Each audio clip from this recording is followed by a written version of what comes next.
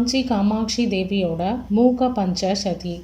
மகா பெரியவாளுக்கு மிகவும் பிடித்தமான ஸ்தோத்திரம். அம்பாளை பற்றிய ஸ்தோத்திர கிரந்தங்களுக்குள் மிகவும் சிறந்தது. இகபர சௌபாகியத்துக்காக தினமும் இதை படிக்கும்படி பரிந்துரை செய்திருக்கிறார். ஸ்தோத்திர வடிவமாக இருப்பதால் நேரம், இடம், தகுதி இது எதுவுமே பார்க்காம எந்த இடத்திலும் எந்த நேரத்திலும் பக்தியோடு இதை பாராயணம் செய்தால் மட்டுமே போதுமானது. இந்த ஸ்தோத்திரம் தோன்றுவதற்கு ஒரு சுவாரஸ்யமான கதை பின்னணியாக சொல்லப்படுகின்றது. மன்னன் போஜராஜன் அவனோட சபையில இருந்த புலவர்கள் கவி காளிதாசன், பவபூதி, வரருச்சி இப்படி பல புலவர்கள் அங்க இருந்தார்கள். இந்த புலவர்கள்ல யார் சிறந்தவர் அப்படின்னு ஒரு சமயம் ஒரு போட்டி ஏற்பட்டது. இதுக்கு தீர்ப்பு சொல்ல அன்னை காளியே அரூபமாக அவையில் எழுந்தருளி பவபூதியும் வரருச்சியுமே